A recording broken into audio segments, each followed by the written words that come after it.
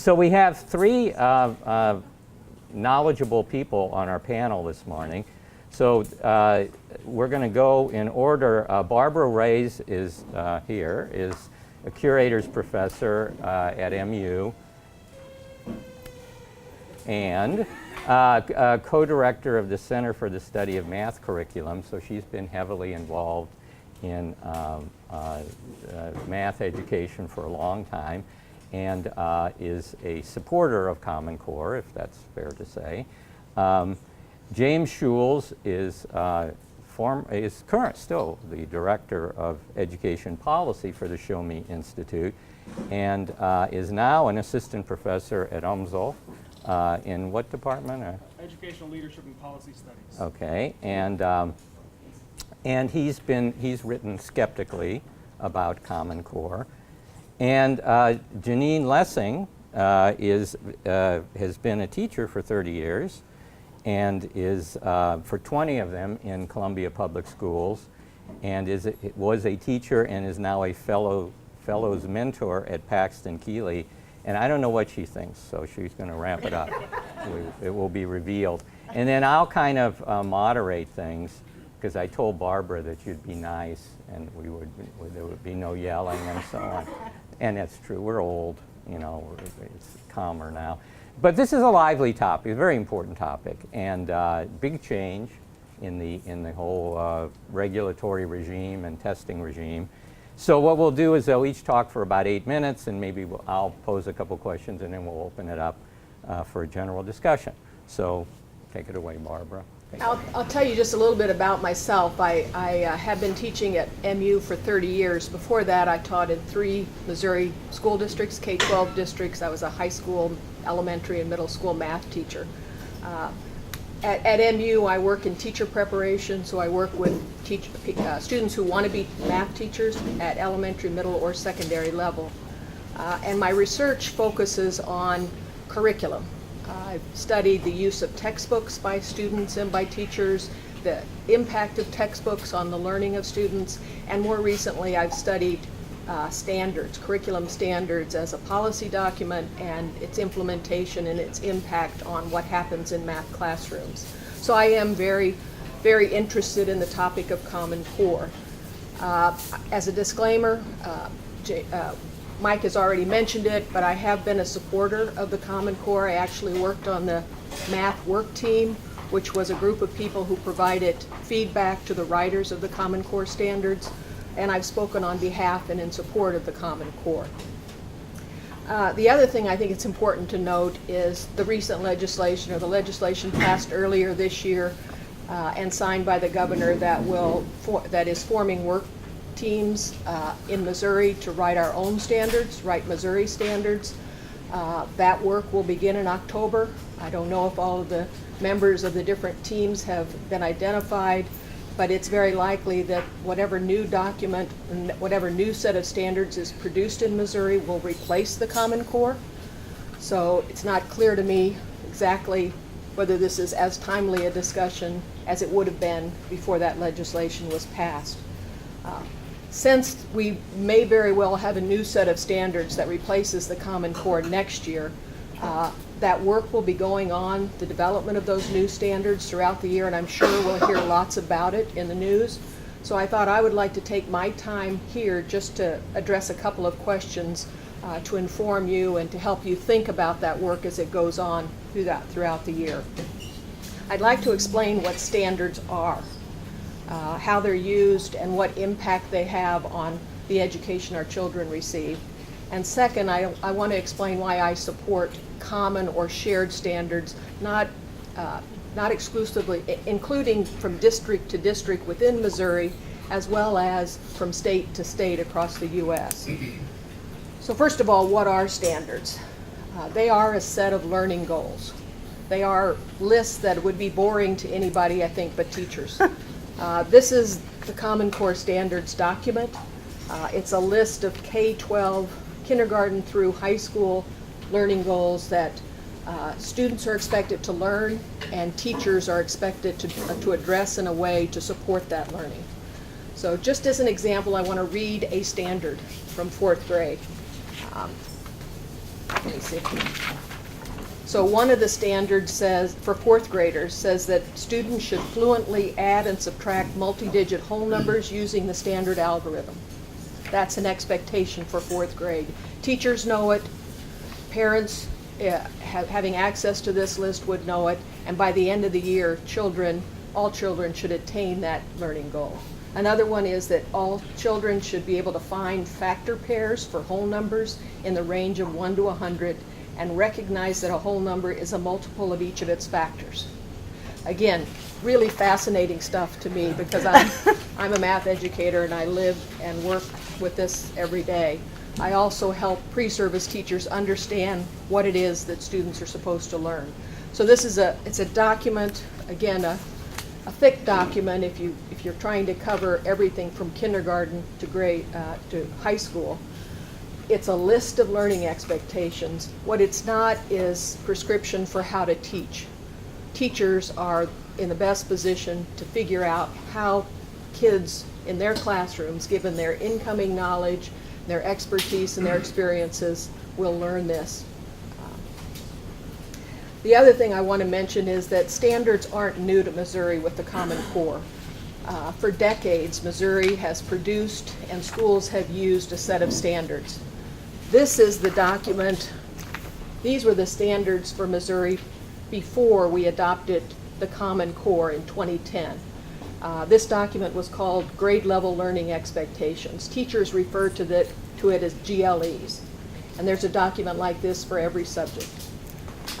So we've always had standards, and that's important. We want to make sure that students, regardless of who their teacher is, whether it's a brand new teacher or a veteran teacher, whether they live in an urban, suburban, or rural area of Missouri, we want to make sure all of our students in Missouri have access and the opportunity to learn important mathematics concepts that will prepare them for whatever their life goals are.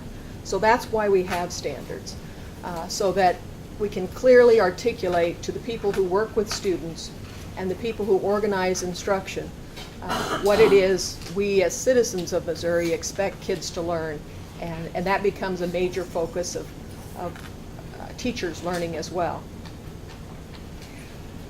Again, we've always had standards. Something happened in the early 2000s that really ramped up the attention to standards. With the passage of No Child Left Behind in 2001, we went from a system where our accountability for student learning shifted from occasional testing of students at particular grades in Missouri to every year testing of students in mathematics. For example, before No Child Left Behind, Missouri had an accountability system which required schools to administer and students to take tests of their mathematics achievement over that period in grades 4, 8, and 10. They were tested in science at other grade levels, 3, 7, and 11. They were tested in literacy and still other grade levels. So as a system, as they went through the K-12 system, there were different benchmarks at which we tested students based on the standards of how well they were progressing and also how well the school and district was doing in supporting learning. In 2001, with the passage of No Child Left Behind, that changed, and Missouri, as well as every state, was required to test students in mathematics and literacy every year, starting in grade 3 through grade 8, and also once in high school. So the testing ramped up as a result of No Child Left Behind, and the document that guides what's in the test are these standards documents. So the attention teachers placed on these particular documents also increased. This was the guideline to which their students and they would be accountable and their school would be accountable, so they became much more important documents at that time. My own interest in standards resulted from what I saw happening with another important curriculum tool that teachers use, and that's textbooks. I had been studying the use of textbooks for most of my career, and I'd noticed a pattern that textbooks, school mathematics textbooks, kept getting thicker. This is a 4th grade textbook. It's got about 800 pages in it. lots of stuff, and it's virtually impossible to cover everything in here in a school year. They were not only getting thicker, but they were also, if you actually look at the lessons, there's lots of topics addressed, and I would say in a very superficial manner. So you introduced a topic, you studied it for a day or two, and then you moved on to another topic. That is very unlike what happens in other countries. These are the 4th grade textbooks of Japan. Always, and it's true for most countries, industrialized countries other than the US, the school textbooks take on a very different nature. The only thing that are in these textbooks are the things that are on their standards for learning for 4th grade. Whereas what's in these textbooks, American textbooks, tends to reflect what's in all the state standards. So before the Common Core was adopted by, at the time, 45 states, so pre-2010, every state had its own set of standards. Every state had its own assessment system. If I'm a textbook publisher, what that means is textbook publishers develop a book for a national audience. They don't develop a Missouri textbook and a Texas textbook.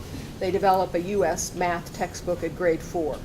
And the only way I'm going to be able to market this 4th grade textbook to all the states, to all the customers across the states in the US, is if the content aligns with every state's framework. So to the extent standards are different across states, you're going to get a situation where textbooks, the primary tool that teachers use in helping students develop understanding, are not as focused as they could be. So that was my impression, and that of a lot of people, including researchers who studied textbooks in other countries. I wanted to test that a little bit, so in 2006, well before the Common Core, a group of colleagues and I did an analysis of state standards. For example, one of the things we did was to take the standards, the mathematics standards for the 10 largest states in the US. We just looked at 4th grade, so we took all the 4th grade standards across the 10 states. We compiled them, put them in one big list.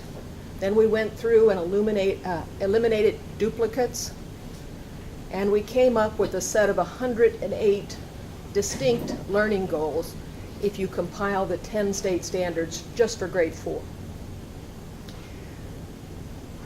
Of the 108, only 4 of those standards were actually common across all 10 states.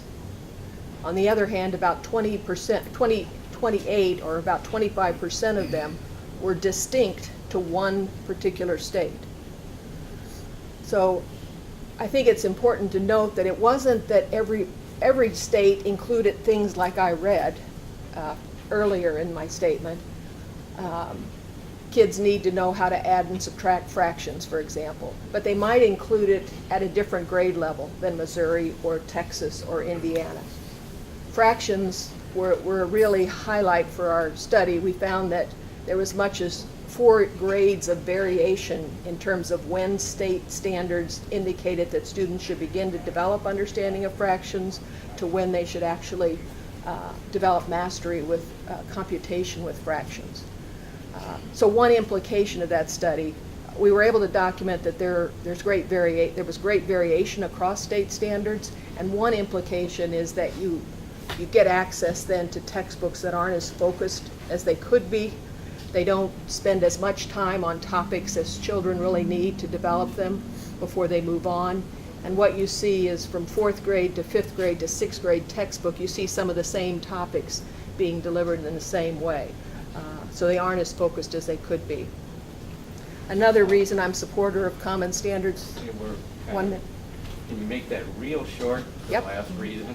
Yeah, one other 30 reason seconds. I would say is that we spend a lot of money in the state and in every other state on assessment systems to monitor student learning, and I think we could be much more efficient and produce higher quality assessments if we were basing those assessments on common standards or shared standards across the state. So I'll stop there. Okay, yeah, we'll have discussion on it. So as Mike mentioned, I'm James Shuls. And I would not consider myself necessarily a standards expert, but I really focus on policy. And this is how I look at the Common Core state standards from a policy perspective. And personally, I think Common Core is simply bad policy. But before I start talking about the standards, I want to point out and make everyone aware, that when we think about Common Core, there's a whole lot of stuff around it that people are calling Common Core, some of it rightly, some of it wrongly.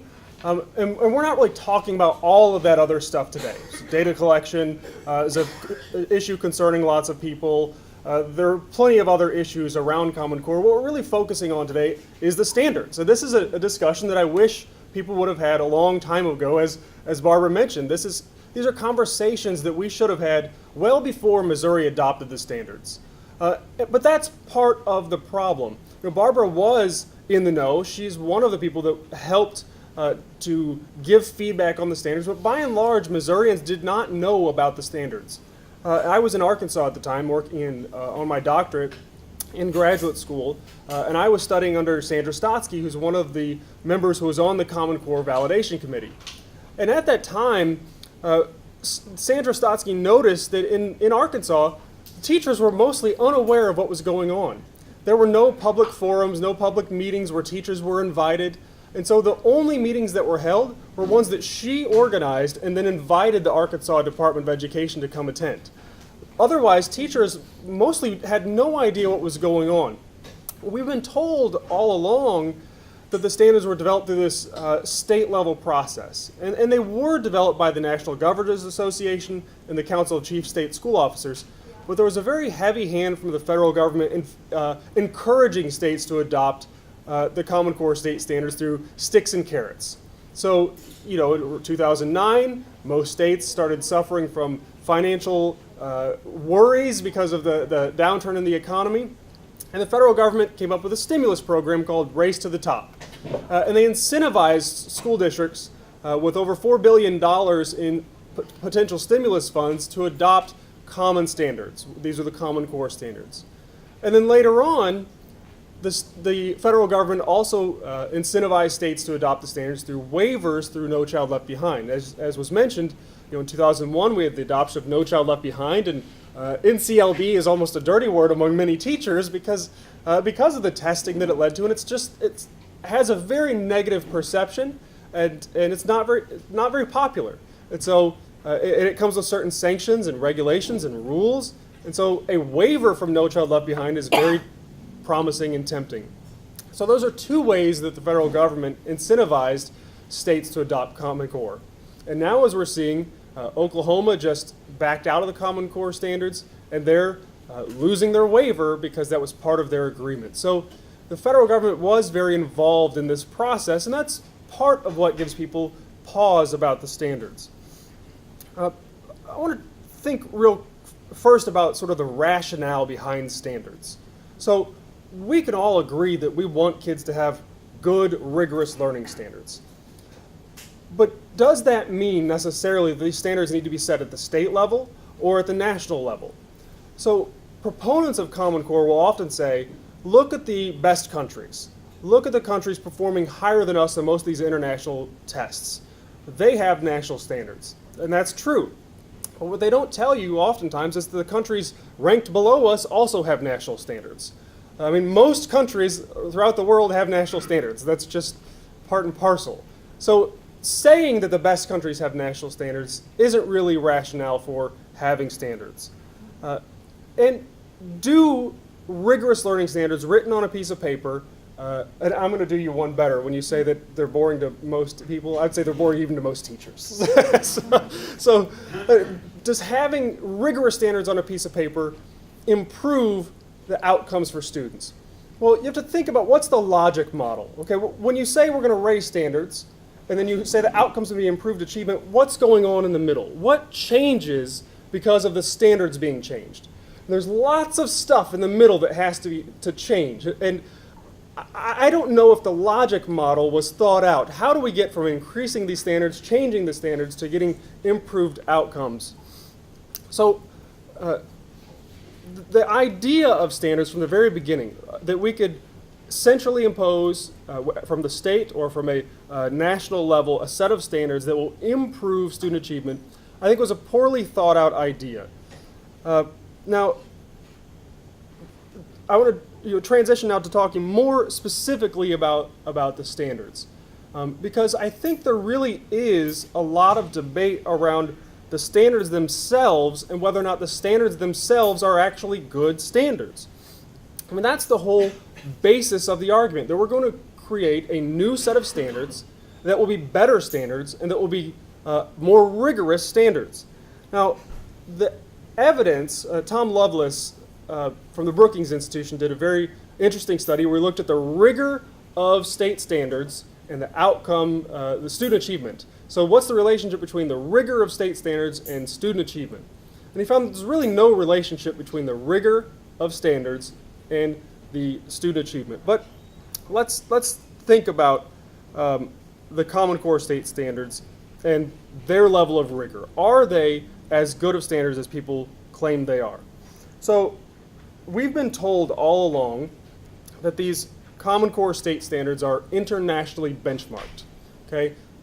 Typically, when you think of international benchmarking or benchmarking of any sort, what you're looking at is outcomes. You're looking at the level of outcomes and you're pegging it to another place. When the people involved in the Common Core process did what they call internationally benchmarking, essentially what they did is they looked at other places, and Rick Hess, who's at the American Enterprise Institute, said basically what they did is copy and paste. It wasn't really internationally benchmarking. They looked at what other places do and said, oh, this looks good, let's do this. That's not really internationally benchmarked. Are they evidence-based? We've heard often that the Common Core state standards are evidence-based. Well, what that meant was that the people involved in the validation committee, people involved in writing the standards, looked at surveys of teachers and college professors and what they thought students should learn. Now, that's very different from what we typically think of as evidence. When you think of evidence, you think of proof that something is going to lead to a better outcome. There's really no evidence that the Common Core standards or more rigorous standards will lead to improved student learning. So they're not really internationally benchmarked. There's not really any evidence that says that they're going to, or shows us that they're going to lead to improved outcomes. As I mentioned, the Tom Lovelace study from the Brookings Institution. We've also heard that the standards are college and career-ready standards, that they're going to help students and prepare them to be ready to enter the workforce, to prepare them to enter colleges. Well, turns out, and this is from people who developed the standards, when they say college ready, what they really meant was entry level into a community college. That's what they meant by college ready standards, entry level to a community college. This is not me saying this, this is David Coleman, this is people from Achieve, people who were involved in writing the standards. That the college ready means entry level to a community college. Now, in my mind, that doesn't make me think rigorous. It really points out to me that there's been a lot of doublespeak about Common Core state standards. On one hand, you hear people say these are rigorous, internationally benchmarked standards, and on the other hand, you hear them say, look, this is just the floor. These are for entry level into college. So what I gather from that is that we have the most rigorous, high-level, entry-level standards in the world. There's this double talk around Common Core standards, and it seems like people are saying whatever their audiences want to hear. That if you want to hear that we have rigorous standards, I'm going to tell you we have rigorous standards. And if you want me to say that these aren't very good, I'm going to say these are the floor and you can build on top of them. And we hear that those arguments coming from Missouri's Department of Elementary and Secondary Education all the time. These are world-class rigorous standards and these are entry-level standards that you can add to. Well, which is it? Can you kind of wrap up here? Sure. One thing that I really want to touch on, I got multiple points here, Mike. I don't know which I'm going to go to. Okay. The final point is we've been told, again, going to the Common Core doublespeak, we've been told all along that these standards do not tell teachers how to teach. Now, there's a fine line between standards and curriculum. To me, it's a matter of degree. And if you look at the newspaper articles, you look at all the professional development for teachers, almost all of it is telling them new ways of teaching. It's not teaching them what's in the standards. So the Common Core is leading to very distinct changes in instruction. It's not just leading to changes in what is being taught. So I'm sure there'll be more discussion on that. I'm going to take a very different focus in that what I'm going to talk about are students and teachers, what's happened in our schools so far, and just kind of comment on that. So the Common Core state standards provide a consistent set of standards or a framework that outlines what students should know at each grade level. The consistency of language and the way standards are built from year to year provides students and teachers with a clear view of where students should end up and the path that they should take. The goal is to be career or college ready at the time of high school graduation. Standards, which are goals or a framework, shouldn't be confused with programs, which are materials that are used to instruct students. The materials used or the means for achieving the standards is a decision made locally with the community, teachers, and administrators collaboratively choosing the resources and materials that match student needs. The standards do not dictate how goals are to be achieved in our local schools. In the educational community, the phrase "a mile wide and an inch deep" is often heard. This refers to the idea that students engage in activities that scratch that very surface level of an idea, concept, or skill. Students rarely go deeply or apply these skills, concepts. So currently, students might be asked to synthesize or summarize a piece of text,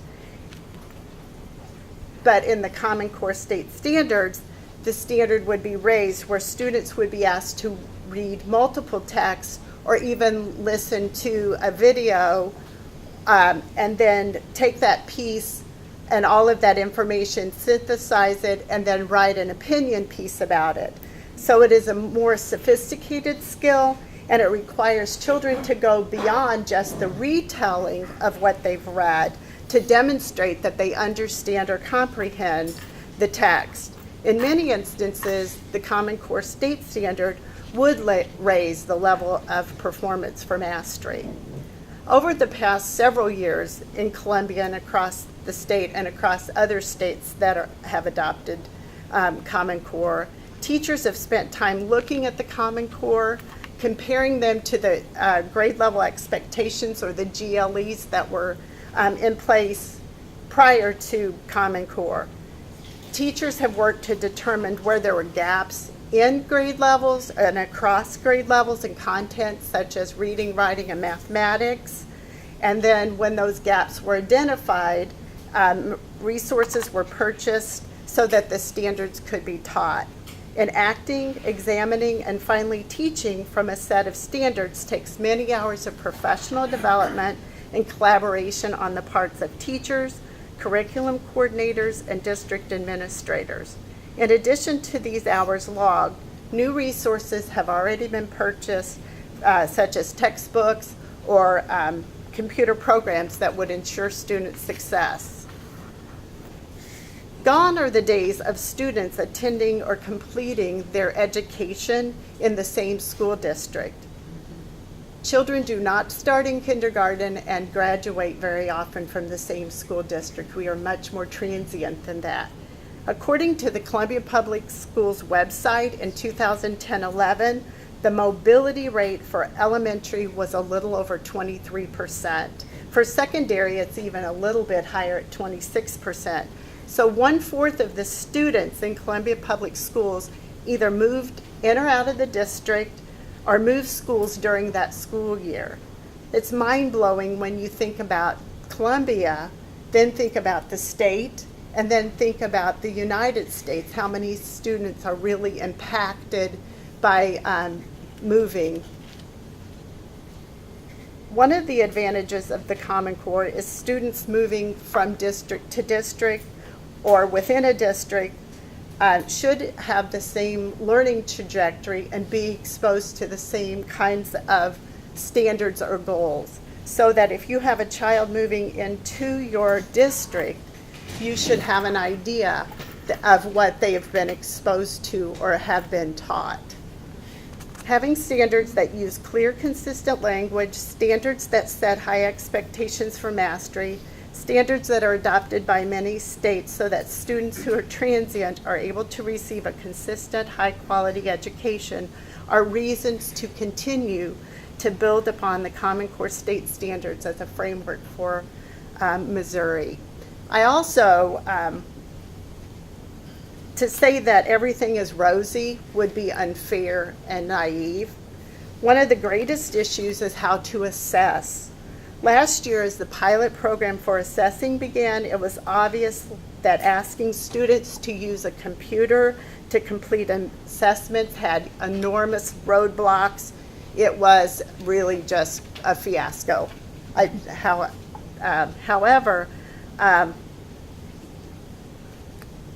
it's something to build on and a place where there could be lots of improvement. Also, as the standards have been adopted, the textbook market has been flooded. The fronts of textbooks say Common Core, written for Common Core, rewritten to contain the standards. Some of it is well done, some of it is not done. So purchasing well-written materials will stress an already stretched financial education system. If the expectations are raised by adopting the Common Core, what happens to children who are already struggling? Who will serve these learners? We know we have children who are currently not making the benchmarks that we have now, and if we raise those standards, what will happen to those children? And we're here to serve all children, so that's a huge concern for teachers and for our community. And finally, another financial consideration. If teachers are expected to incorporate higher level thinking, how do we train these professionals to be the most effective instructors that they can be? It's an expensive undertaking, but I believe the most crucial if Common Core is to be effective. And finally, I want to just share some comments from teachers in my building. I randomly visited with teachers in the copy room one morning, so this is by no means a scientific study, but a snapshot of informal conversations. One teacher definitely said no, not for the Common Core, the federal government should not be in our business, just animately opposed. But other comments were mixed. Some teachers expressed concerns about the assessment. How do we effectively assess such skills as creating or collaborating, which are part of the Common Core? She wondered how we could change our methods so that would better match. There are also concerns about relying very heavily on technology to assess the Common Core. One teacher thought that the standards were too wordy and often the language was overwhelming. Another teacher commented she felt validated by her belief by expecting children to think deeply, and she felt that the Common Core went right along with that. She liked the consistency of the language, and she was excited that teachers across the nation could collaborate and learn from each other as they used these frameworks in their classrooms. And finally, a teacher liked that we were getting away from that multi-layered approach to the state providing goals and then the district adding goals onto it. She felt that the Common Core was more consistent, and she stated that it was scary to think that we would someday go back to 50 states individually creating their own standards. Well, I'm basically just going to throw things open here, but of course I have to make some comment. But actually, one thing that didn't get mentioned is this is all, Jenine was mentioning cost, this is all computer-based.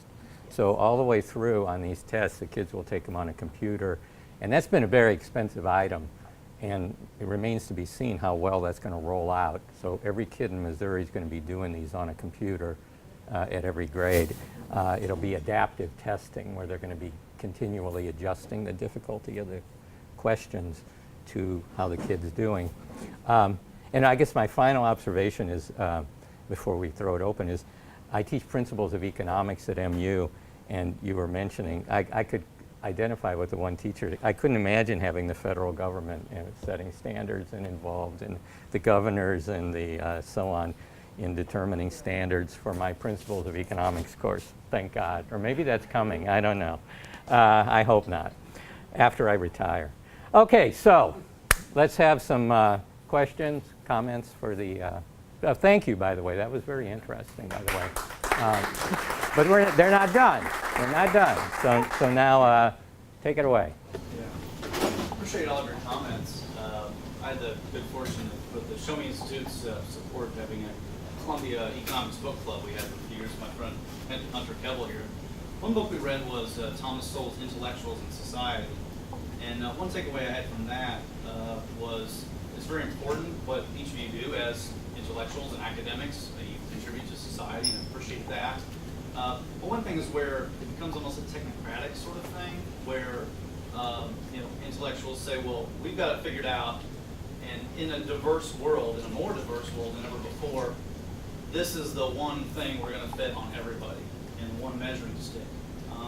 And we get into that, but really what I want to ask, and particularly, ma'am, my mother was a teacher here locally for 20 years, 5th grade. Math was her specialty, so I can appreciate your background there. Over time, she retired 3 or 4 years ago, but over time, toward the end of her career, she noticed that there's more and more paperwork and less interaction and autonomy that she had as a teacher, an experienced, seasoned teacher, to adjust to students. That she felt more and more teaching to the test. And that's even with the MAP standards. I remember Iowa Basic Skills tests when I was in that era. And this seems to be an acceleration of that process, that they're going to have to teach more of the test. And maybe it's not, that's the intention of the standards, but once it goes through DESE and the school boards and the principals and all these incentives to, this is what's going to get published in the paper. And so that's what we want to make sure to fit this computer program. And so I wonder, from the perspective of classroom teachers in math specifically or what have you, how is this helping empower teachers to adjust to a diverse set of students? So first, I want Jenine to answer this as well, because she is a classroom teacher. But I would say the Common Core hasn't brought about an acceleration. It's a continuation of the kind of pressures that teachers and schools have been under, really since No Child Left Behind, and to some degree even before that. As we hold students accountable, hold schools accountable, and I'm a believer of holding schools accountable for how they're using our taxpayer money. We have ramped up and probably put into place systems that are counterproductive to our goals. So I agree that teachers are doing more paperwork, they're under more stress. There are incentives now for them to teach to the test. And that's very unfortunate. You'd like to see it a different world to live in, but it's not because of Common Core. It's because of the system we've created of ensuring accountability, and that definitely needs to be reviewed, and some very thoughtful attention needs to be given into whether we're really meeting our goals or being counterproductive. Okay. We've always had diverse populations in schools. I think when we have conversations about Common Core or grade level expectations, then it comes up. And I mentioned, I am concerned about kids who are not making that mark, not because of the Common Core or because of GLEs, but because that is our goal in public education, is to serve all kids. And I think we need to have honest conversations. Who's not making it? Who is making the cut? And how do we ensure that all kids get what they need from public education? If I can weigh in here. So I hate to make any assumptions, but by looking at this room, at the color of most of your hair. I would guess that most of you grew up in an era before we had standards, before we had state standards. So we haven't always had standards. Missouri didn't adopt standards until 1993, state-level standards. So Barbara's exactly right. The system we have created is a centralized accountability system. Most of us, I bet many of you would probably identify as conservatives in here, and conservatives especially, like holding people accountable for how they're spending our dollars. And so one of the things we've done is we've created a centralized accountability system with standards and tests. We've told people what to do. We're going to measure. We're going to hold them accountable for that. But that's one problem that we have is the accountability system we've created. And I would propose that a better form of accountability would be moving away from a centralized accountability system, moving to a choice-based accountability system, where you give parents the ability to choose the school that their kids are going to go to, rather than imposing on them where their kids should go and what they should learn. Through a choice-based system, individual schools or school districts could choose from a selection of standards. And if we had mobile students, when they moved to Columbia, they could say, where's the school that teaches Montessori like I like? Or where's the school that teaches the Common Core standards which I like? And they could choose that type of school. And the accountability could be at the parent level rather than at the state level. I think that would be a way to move forward, a way to offer flexibility for schools to determine what they want to teach, and for parents to choose what type of school and education they want for their kids. Okay, Bob, and then back there. About a month ago, there was a lengthy op-ed in the Wall Street Journal written by a retired math professor from the University of California at Berkeley. She had just retired, and she got interested in her grandson's math education, as it turned out, under Common Core. It was an interesting piece, and it was disconcerting because her conclusion was, and she, needless to say, she's well credentialed, so she checked it out thoroughly, and was very concerned that mathematical rigor was going down under the standards that she saw, and she even checked out the authors of the various standards. And I mean, this person obviously is very capable. Is that just a California phenomenon, or is there criticism around the country that the standards are actually, at least in the math area, being reduced, and that academic rigor is in fact going down under these standards? I don't think that's the case. California is a unique situation. When they adopted, when California adopted the Common Core, they decided it wasn't rigorous enough for their state. So they made the most changes in the Common Core before they adopted the Common Core. They moved topics that for most states are in grade 5 down to grade 4. It's topics that are in grade 4 down to grade 3. So of all of the states, many states, including Missouri, didn't change the Common Core when it was adopted. A few states did change it, and California is one of those cases. So they're also a case where, by most measures, they would have the highest ranked standards in terms of rigor, and yet they have probably the lowest student performance.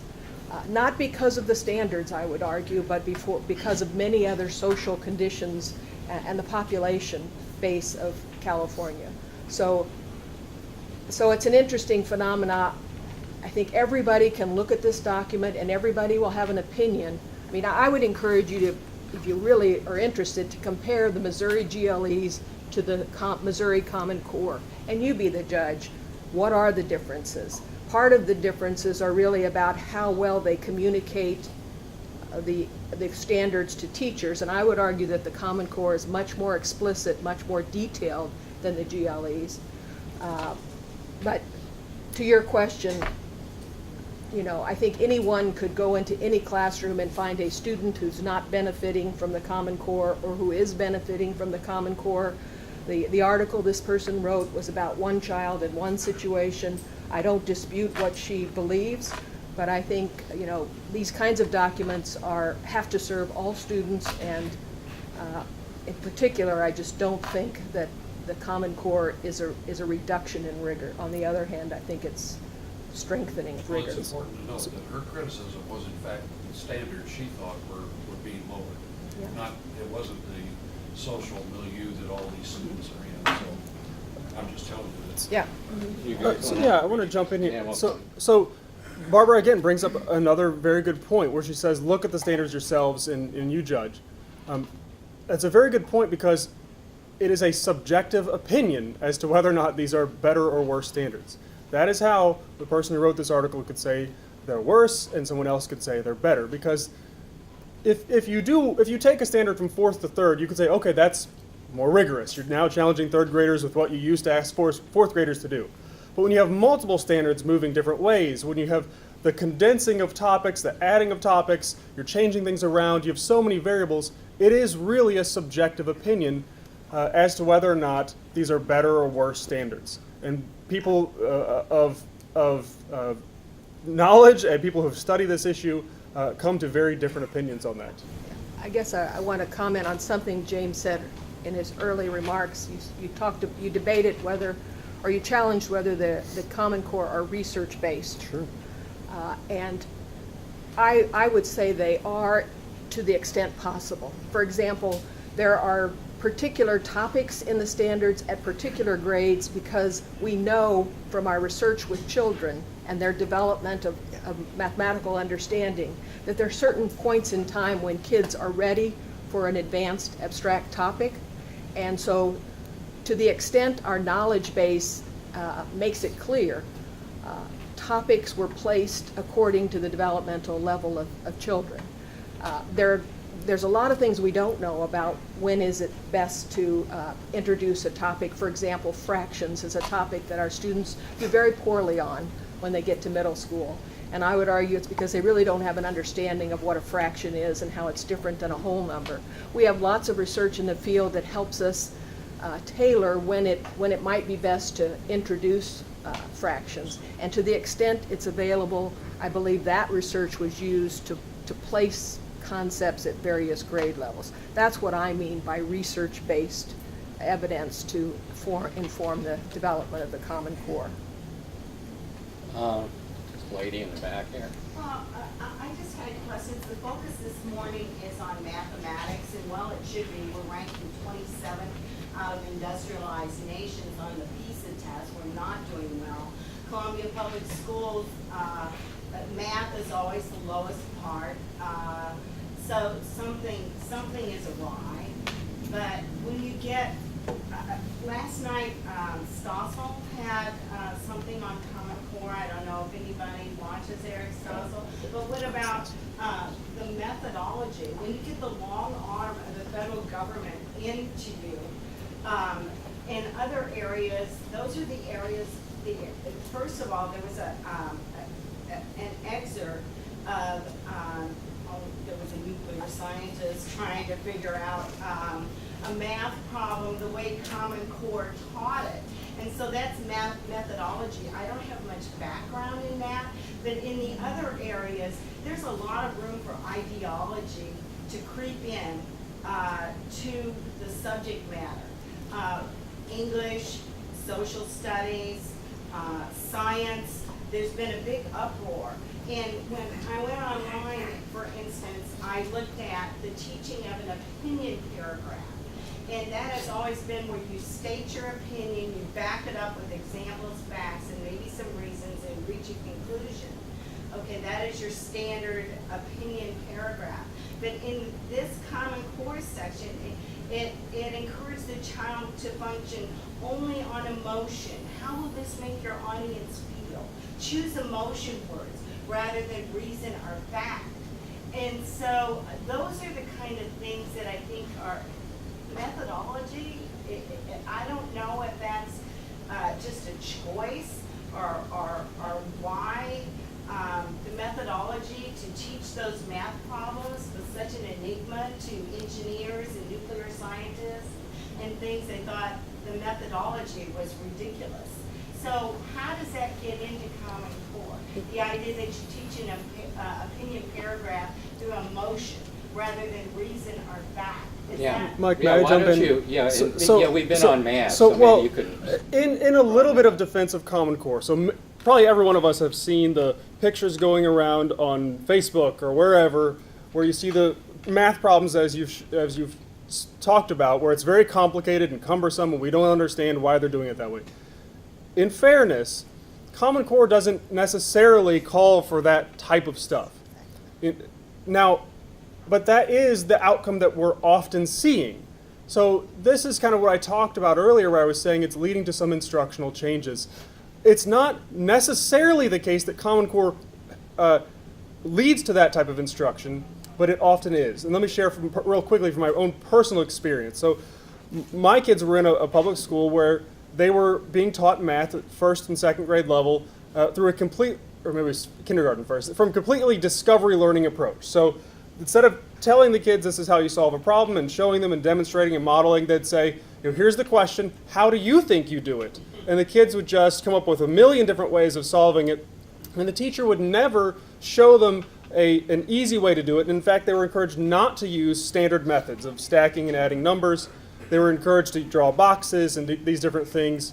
And I went to talk to the principal and the district math specialist, the teacher, and they kept saying, well, this is Common Core. And I said, no, it's not. I brought the Common Core standards. The Common Core standards say this. Well, the state told us this is Common Core, so this is the way we're doing it. And they kept defending themselves, I would say incorrectly, by saying it was Common Core.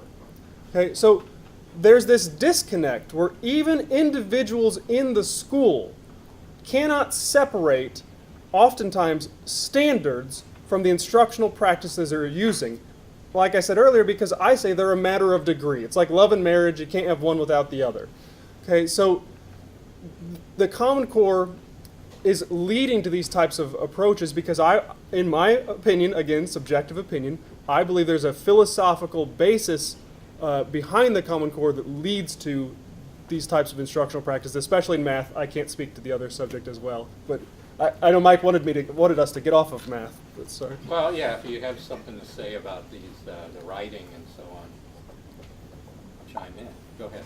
Well, I think that's exactly correct. That we are not told in the standards how to teach, and so there are materials written, and so schools adopt those materials to match the standards because that's what we're being held that's the accountability for children and the accountability for teachers. But that's two separate kinds of entities. I'm going to have one more question, and I'm going to do a question. So up front here. I sense from what you say, there's a disconnect between the standards and the textbooks that are coming to serve you. Can you address that issue?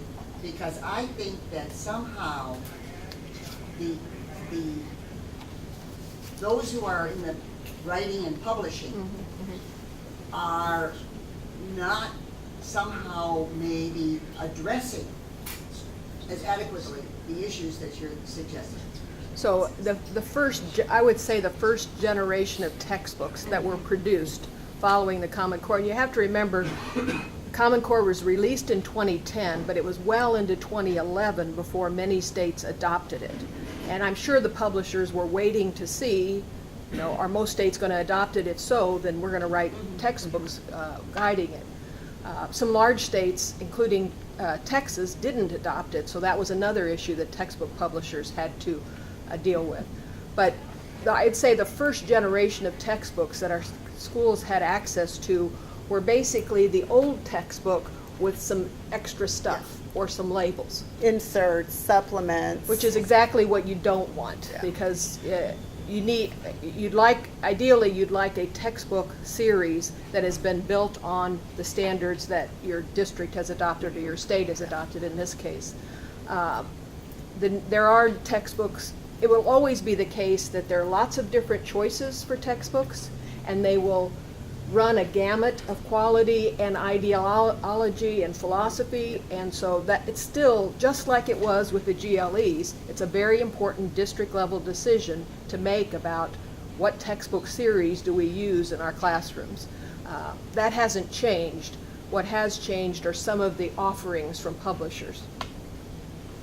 I can't help get the feeling, but that, you know, there seems, it's almost like the standards are almost being pushed through in this national way to force taxpayers to have to purchase all these new books that are aligned with that.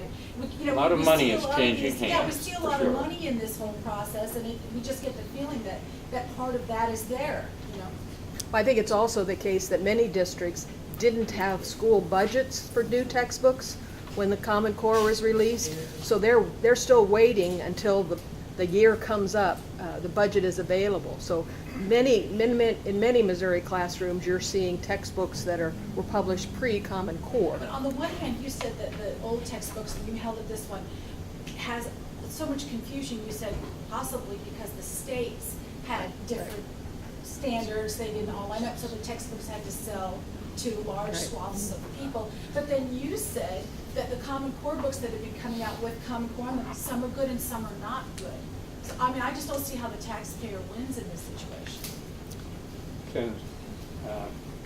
Yeah, okay, go ahead. Hunter. Well, all right, I was just going to ask, I guess I've become so cynical that if this is, I get the sense if it's efficient versus inefficient, I'm actually okay with that. More and more I look at things, and James, this will be to you, in real generally speaking, is there a political agenda deep beneath this? Because I'm attached to the health insurance world, and I believe there's an agenda there that is more than just making health insurance more efficient. So, you know, that's the prism in which I view things, is where's the agenda? Where's the underlying trying to move the ball down the field in a certain direction, and we're kind of squabbling about efficiencies or inefficiencies on the surface. And maybe this is more applicable to everything outside of math or English. You get, does that make sense, the question? Yeah, it does. So personally, I view the Common Core as a well-intentioned disaster. So I think lots of people have competing and different agendas. Yes, textbook companies would like to have one set of standards so they can publish for everyone. Yes, technology companies would like to have standards aligned so that they could sell technology. Yeah, that's true as well. I think educators like the idea of having standards aligned so that they could communicate and collaborate across places. So personally, I don't believe, and I may get flack for this, I don't believe there was this plan to dumb down America through the standards, okay, which some people will claim. I think that might be the outcome, that might be the end result, but I think most people, the individuals involved, thought, hey, we have mobile students. How can we fix this problem? And it's kind of, Steve pointed out, this technocratic idea that we know what's best. We can plan this from the Council of Chief State School Officers, the National Governors Association, and we could solve the problems of the world. I think it was just a flawed mindset, a well-intentioned disaster. That's my opinion. Okay, quick, and then let me squeeze mine in. I haven't heard any talk about getting better teachers in. Standards are one means to the goal, but the more direct means to the goal is getting better teachers in, and to that, we need to hold colleges of education accountable, because they're putting out an inferior product in many cases, and we need to hold the teachers' unions and the state laws accountable, because they're keeping bad teachers in place. A good teacher, it seems to me, can overcome an absence of standards or bad standards. But isn't that the goal, the immediate goal, getting better teachers in place? I absolutely agree that we want the best teachers to serve our students. And I can tell you that colleges of education are working toward that goal in partnership with our colleagues across campus. We are held accountable to a very high degree, and I agree that it's about good teachers. That's the bottom line. More important than standards, more important than testing, more important than accountability are having good teachers. But you have to realize that we also have to provide incentives for our brightest young folks to choose teaching as a career. And currently, that is not in place.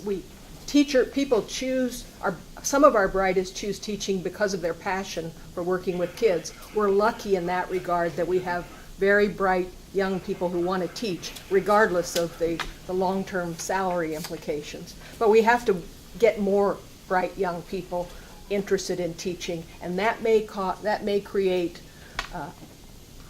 changes in how we compensate teachers. So the other thing is we have to retain teachers. 50% of beginning teachers are leaving the profession right now. Okay, this is a topic for another, but let me ask, I'm going to insert a question now. So staying on Common Core, okay, so there's been a lot of, people call them fads or trends or whatever within education and K-12 education. Values clarification, whole language, many vintages of math, new math, new math, and so on. Now there's a trade-off here. If with Common Core, there's the common. If everyone does this, then you can have thinner textbooks. But in economics, we have fat textbooks, that we don't, and you don't cover everything maybe. But isn't there an argument to be made of letting, rather than every state adopting this, sort of letting, Idaho and Kansas sort of go try this out? This is the laboratory of democracy kind of argument, that let some of these states try out Common Core, see how it works out, and then we sort of say, maybe it works, maybe it doesn't. If 50 states do this and it's a mistake, there's a lot of damage. So how would you respond to that? 50 states are not doing it. Five states at the very beginning decided not to adopt the Common Core, including Minnesota, which scores very high on the national assessment. Their students do well. Texas did not adopt the Common Core. Virginia did not adopt the Common Core. So we do have this. And as you mentioned, several states have opted out of the Common Core. So we do have this kind of grand experiment going on. I guess I would ask the question, would you also like that to happen within Missouri? How about allowing some districts to write their own standards? Others can choose the state-adopted standards. I'd say that. So yes, but again, That's the way it was when I went to school. Every district in Missouri. Yeah. And I can tell you the other 24 people in my class are not math. Not even close. I think, so again, it goes back to my point earlier about what type of accountability system do we want. So if we have a centralized accountability system where everyone's doing their own thing, it doesn't work. But if you have an accountability system based on parental choice, then that type of system could work. And you can have standardization without centrally imposed standards. What I mean by that is we now have growing networks of charter schools. Take KIPP, for example. KIPP is a charter network. Charter schools are public schools, and they have over 120 schools in, more than half the states. Now, KIPP has a very standardized sort of process, and if you go in one KIPP, it looks a lot like another KIPP. And you could have standardization like that through choice, where individual schools and districts could choose from a variety of different standards. The National Council of Teachers of Mathematics could develop a standards, this school could adopt it. And so, personally, yes, I would like to see more of that type of thing, where schools are able to choose, parents are able to choose, and teachers are given more freedom and leeway to determine the right instructional practices for their students. Janine, you want to add anything before we write? You get the last word. I get the last word. I think as I was sitting here and listening, I think what I would hope everybody would walk away from today is that we are there for kids. That's why you're here today. That's why I'm here. That's why these two people are here. We want what's very best for all of the kids in Missouri, and I think that's what we have to keep at the center of our discussions, is the welfare of all children. And so I guess that's the last word. Okay, cool. Well, thank you very much.